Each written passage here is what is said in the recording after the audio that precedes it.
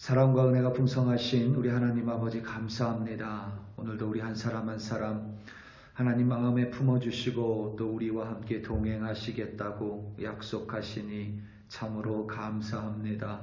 오늘도 우리 한 사람 한 사람 하루를 살아가며 하나님의 말씀을 붙들고 하나님의 손을 잡고 하나님을 바라보며 살아갈 수 있도록 도와주시옵소서.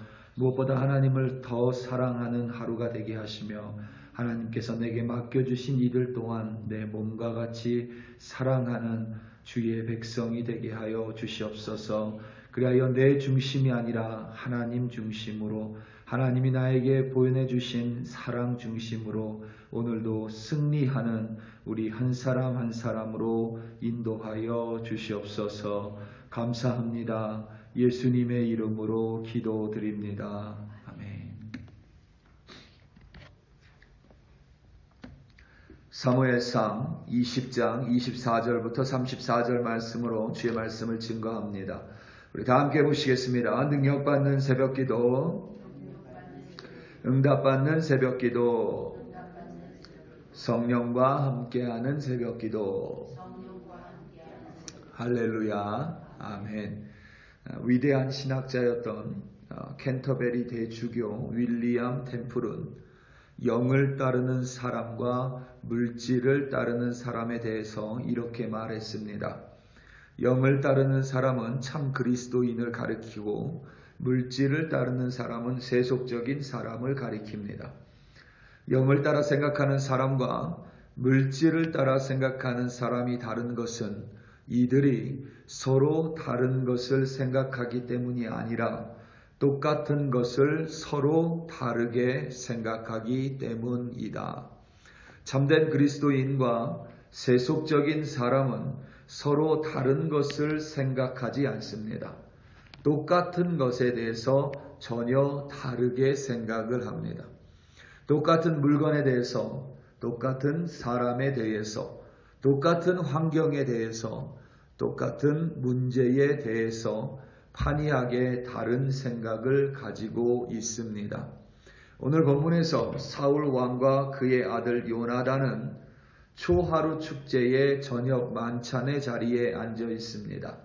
동일한 자리에 앉아 있고 그 자리에는 다윗이 부재해 있습니다. 다윗이라는 동일한 주제에 대해서 대화했습니다. 그런데 사울 왕과 요나단의 모습은 판이하게 달랐습니다. 사울은 모든 모습에서 철저하게 자기 중심적이었습니다. 25절 전반부를 보면 왕은 평시와 같이 벽곁 자기 자리에 앉아 있고 라고 되어 있습니다. 이것이 당시의 문화인지 아닌지 우리가 확인할 길은 없습니다. 사람이 등을 벽에 대고 앉으면 옆에 앉은 사람이나 맞은편에 앉은 사람은 다른 곳을 전혀 볼 수가 없습니다. 등을 벽에 대고 앉은 사람 쪽만을 봐야만 합니다. 반대로 등을 벽에 대고 앉은 사람은 주변을 다 내려다 볼 수가 있습니다. 그래서 남녀가 데이트를 할 때에 여자들에게 벽에 등을 대고 앉으라는 조언을 하기도 합니다. 그러면 그 여자의 맞은편에 앉은 남자는 오직 그 여자밖에 볼 수 없기 때문에 그렇습니다. 지금 사울 왕은 벽에 자신의 등을 대고 앉아 있습니다. 초하루 축제의 만찬에서뿐만 아니라 본문을 보면 평시와 같이라고 묘사된 걸로 미루어 봐 늘 사울 왕은 자신의 등을 벽 쪽으로 향하여 대고는 앉아 있었던 것 같습니다. 이 앉은 모습에서 전형적인 자기중심적인 사람의 모습을 우리는 볼 수가 있습니다. 뿐만 아니라 사울 왕은 전혀 자기의 악한 행위에 대해서 인지하지 못하고 있습니다. 조금 전까지만 해도 사울 왕은 다윗을 잡아 죽이려고 했습니다. 다윗의 집으로 군사를 보냈고 라마에까지 전령들을 보내어 다윗을 죽이려고 했습니다. 게다가 자신이 스스로 다윗을 잡으러 라마에까지 올라갔습니다. 다윗이 아니라 누구라도 다윗과 같은 처지라면 자신을 죽이려는 자와 절대 만찬의 자리에 동석하지 않을 것입니다. 그게 당연한 일입니다. 그런데도 사울 왕은 다윗이 초하루 축제의 만찬에 참석하지 않은 것에 대해서 자신에게 잘못이 있음을 전혀 인식하지 못하고 있습니다. 자신의 범죄 행위는 전혀 자각하지 못한 채 다윗이 무슨 일이 있어서 그로 인해 부정하여져서 만찬에 참석하지 못한 것이라고 생각하고 스스로 여깁니다. 자기의 잘못을 전혀 인식하지 못하는 것, 그리고 자기의 마음대로 편한 대로 생각하는 모습, 이 또한 전형적으로 자기중심적인 사고를 가진 사람의 모습입니다. 게다가 다윗을 얕잡아 보고 낮잡아 부르고 있습니다. 27절을 보면 초하루 축제의 둘째 날 만찬에도 다윗이 보이지 않자 사울 왕은 아들 요나단에게 다윗의 부재에 대해서 물어봤습니다. 그때 사울 왕이 다윗에 대해서 무엇라 부르냐면 이새의 아들이라는 표현을 사용합니다. 이것이 틀린 표현은 당연히 아니지만 사무엘 상하, 그러니까 사무엘서 전체에서 사울 왕이 다윗을 폄하할 때에 이 이새의 아들이란 표현을 사용합니다.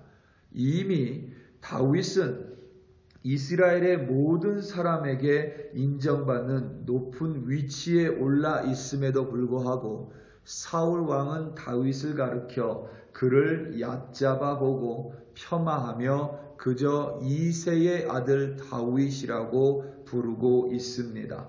다윗은 당시 군대 장관이었으며 무엇보다 사울 왕의 둘째 딸인 미갈과 이미 혼인하여 사울 왕의 사위입니다.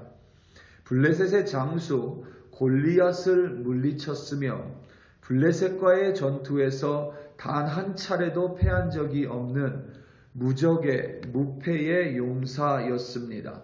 그런 다윗을 향해 사위도 아니고 장군도 아니고 용사도 아니며 그저 이새의 아들이라고 낮잡아서 사울 왕이 부르고 있습니다.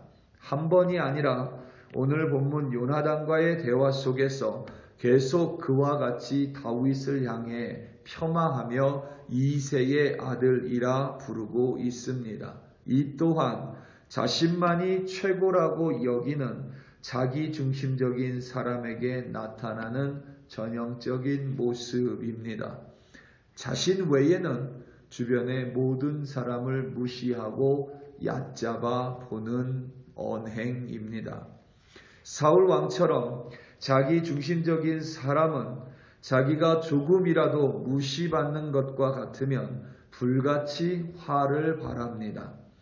요나단은 다윗이 이런저런 이유로 해서 베들레헴으로 가게 해달라 간청했고 요나단 자신이 그것을 허락했다라고 아버지 사울 왕에게 대답했습니다. 아들이었으며 또한 장군이었고 마치 아버지 사울 왕의 개인 비서와 같은 역할을 하는 요나단이 그 정도는 할 수 있도록 분명히 사울 왕이 허락할 수 있음에도 불구하고 사울 왕은 요나단을 향해 불같은 분노를 발합니다. 자신에게 묻지 않고 독단적으로 행동한 요나단을 향한 심한 비난입니다. 문제는 사울 왕의 이 불같은 화로 말미암아 자신이 가장 아끼는 친아들 요나단은 크게 상처를 받게 됩니다.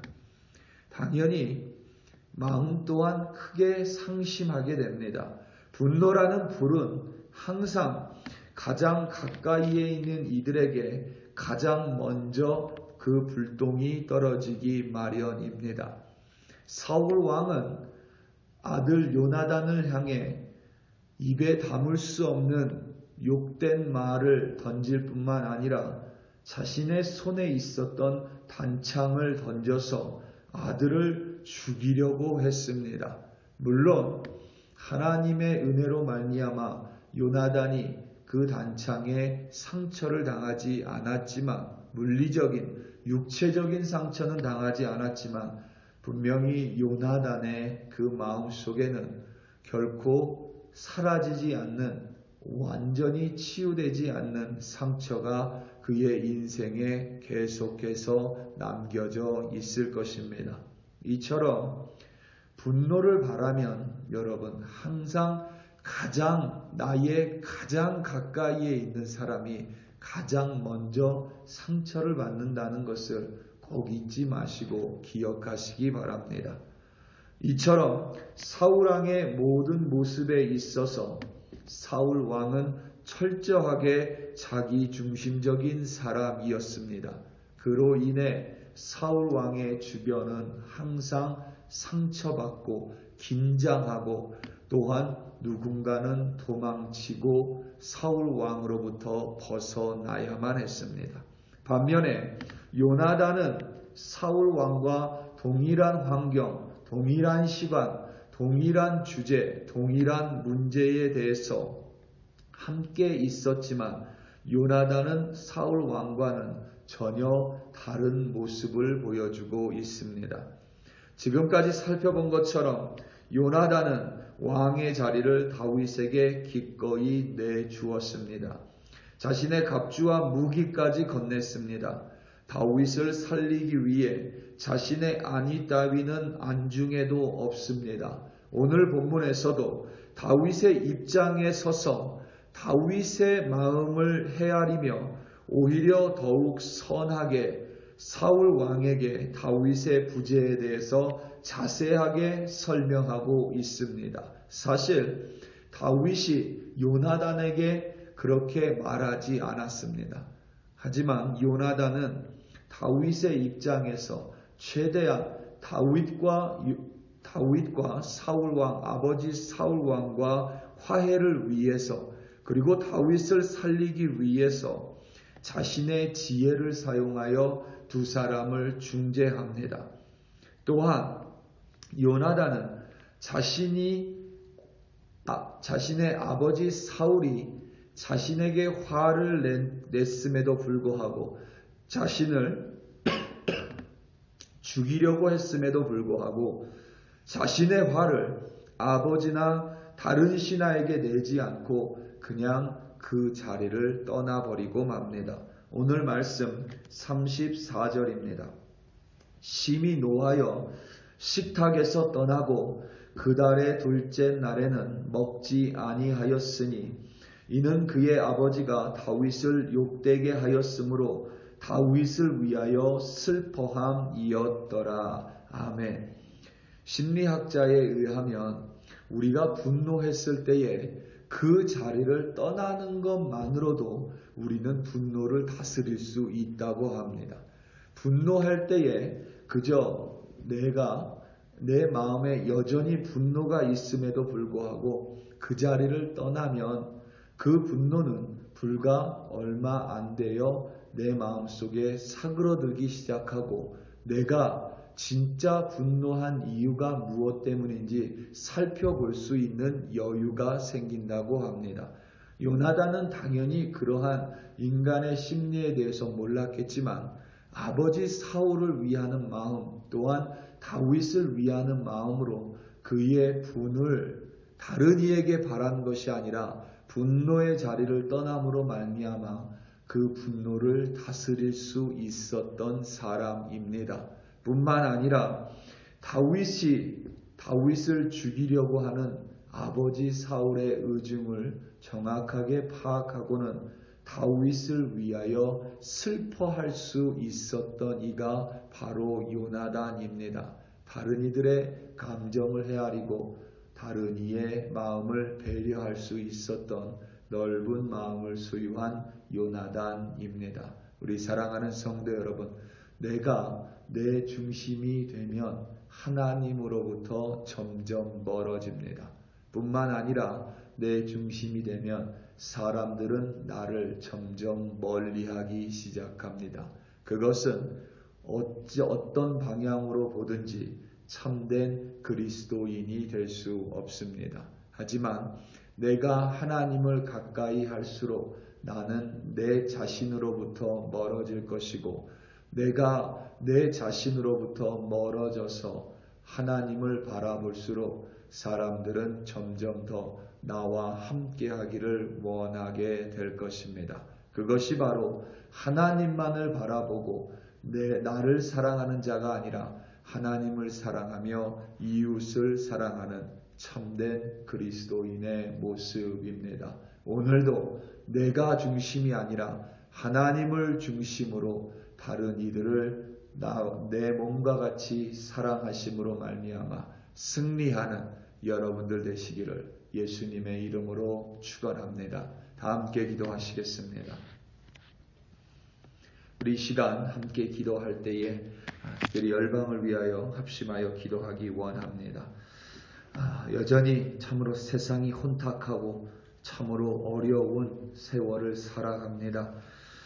미국의 금리가 또다시 높아짐으로 말미암아 다른 나라들은 경제적으로 또한 요동치는 상황을 맞이할 수밖에 없게 됩니다. 유럽의 전쟁으로 또 이상기후로 참으로 힘겨운 세월을 살아갑니다.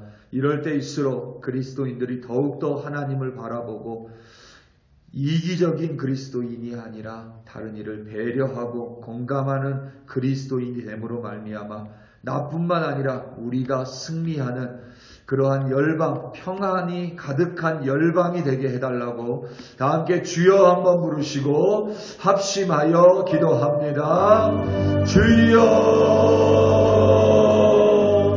할렐루야, 할렐루야, 할렐루야.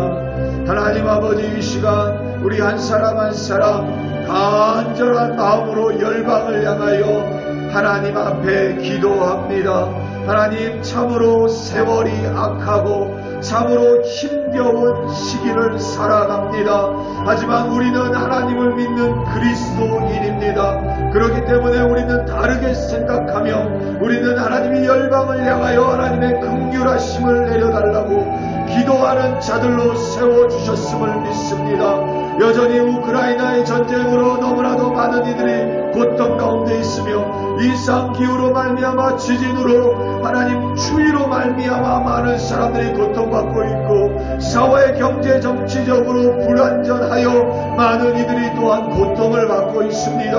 아버지 하나님, 비난할 수 있고 비평할 수 있고 하나님 판단할 수 있지만 그것이 아니라 우리 한 사람 한 사람 먼저 기도하기로 하나님 결단합니다. 하나님께서 간섭하여 주셔서 이 열방 가운데 하나님의 샬롬을 내려주시기를 기도하며 그리스도인들 일어나 아버지 하나님을 사랑하고 이웃을 내 몸과 같이 사랑할 때에 이 땅 가운데 하나님의 평안을 내려주시고 하나님의 능력으로 이 땅을 인도하여 주시옵소서. 그리하여 이 땅 가운데 하나님 더 이상 싸움이 아니라 이 땅에 평안을 내려주시고 이 땅 가운데 다툼이 아니라 연합을 내려주시며 이 땅 가운데 그리스도인을 사용하여 주시옵소서. 오늘도 우리 글로리 교회 백성들 어디에서 무엇을 하든지 내 중심적인 이기적인 그리스도인이 아니라 하나님을 사랑하며 다른 이들을 돕는 진정한 진실한 그리스도인으로 살아갈 수 있도록 성령이여 도와주시옵소서. 할렐루야, 할렐루야. 감사합니다. 주여.